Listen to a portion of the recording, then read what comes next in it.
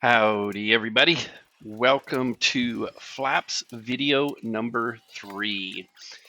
Um, my dad was down helping, so we were working on both flaps. You see us with one flap here, but the other flap is on the other workbench, and we're kind of doing it at the same time. So just FYI, they do kind of get done at the same time.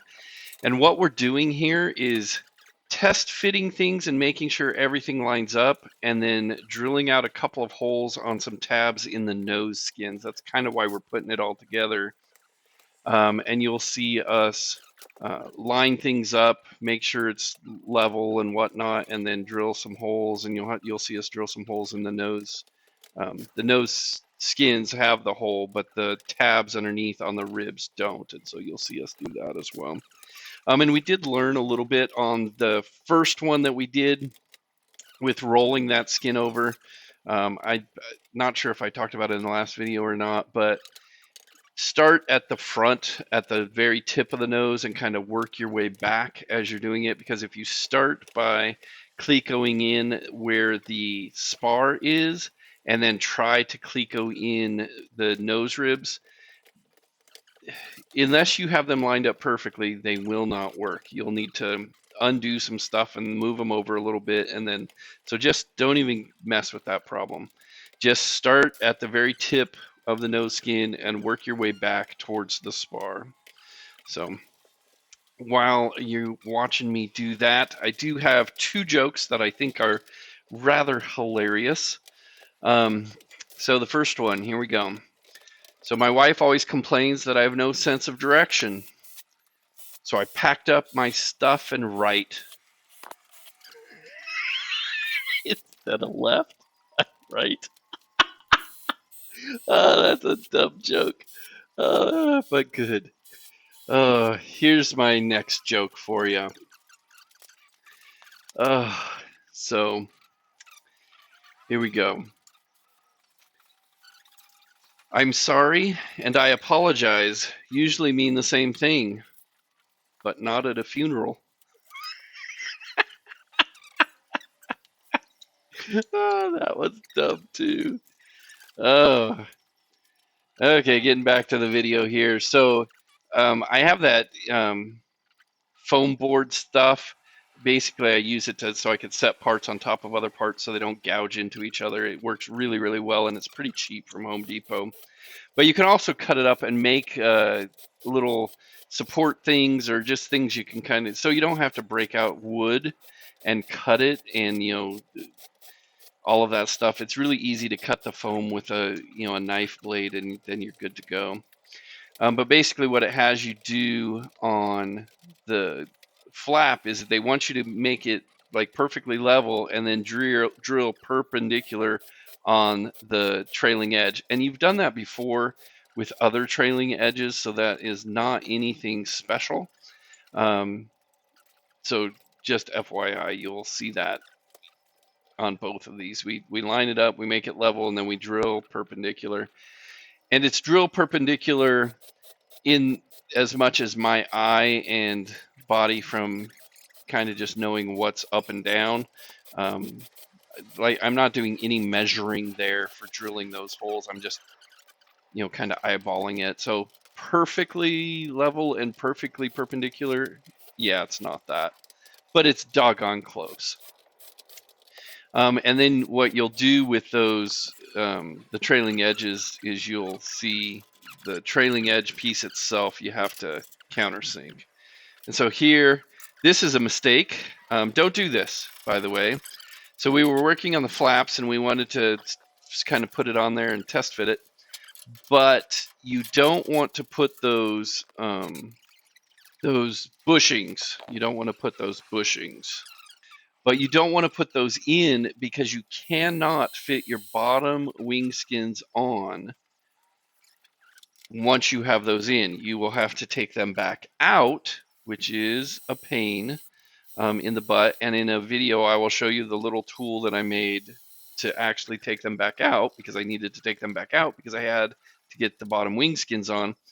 And oh, by the way, the bottom wing skins, I don't have those buttoned up yet. even though that was a section 2 or 3 or 4 back, because I don't have the electrical stuff done for in the wings yet.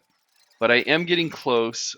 So if you are building and you're doing your wings and you're getting to the flap section, or you're getting to the bottom wing skin section, you might want to use that as a valid place to start ordering some of the things that go in the wings, especially the stuff that needs to be wired. So like your pitot tube, your VOR antenna if you're doing IFR navigation, your if you put your temperature probe in one of your wings, you'll need that kind of run. Lighting, if you have whatever lighting you do for landing lights or for wigwags or position lights on the ends of the wings, all of that stuff kind of either needs to have a way to get the wire from the fuselage part of the wing to out to the wingtips, or you have to have the wire run. And so if you don't have that done, you can't really button up the bottom of the wing.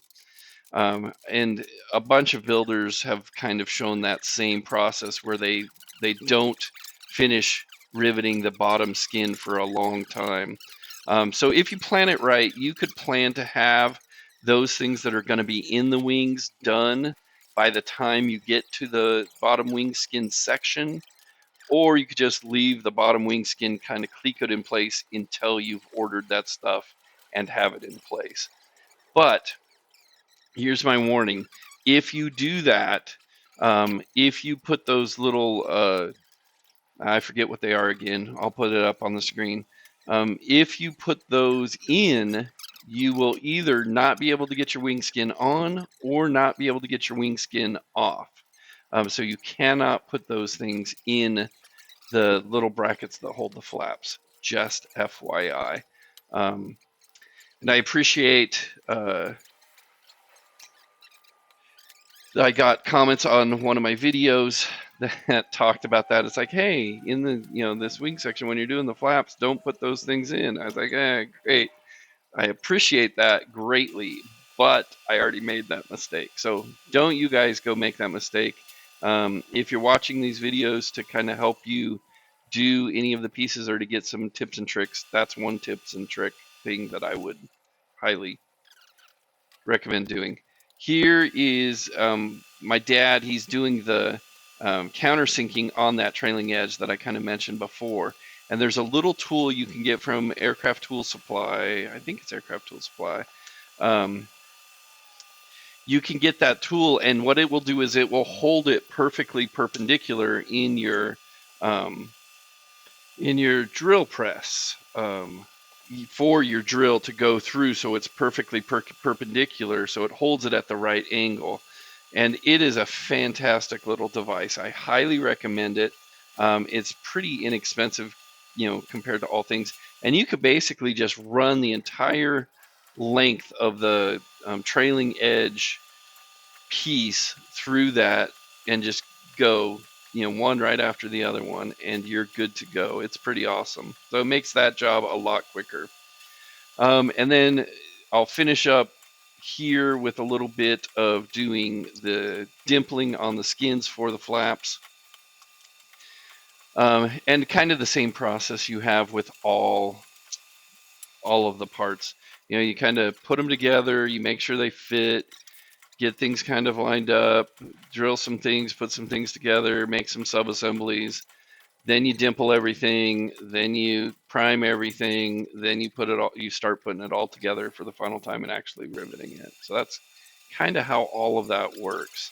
And then there's my dad working in the background there on that trailing edge a little bit more. And you do have to do both. We were doing both sides, so you have to do the top and the bottom side. Both have to be countersunk, and lining them up is really easy with the drill press and that little tool. And I will give you a brief little explanation of how we attached it to the drill press here in a quick second. Okay, so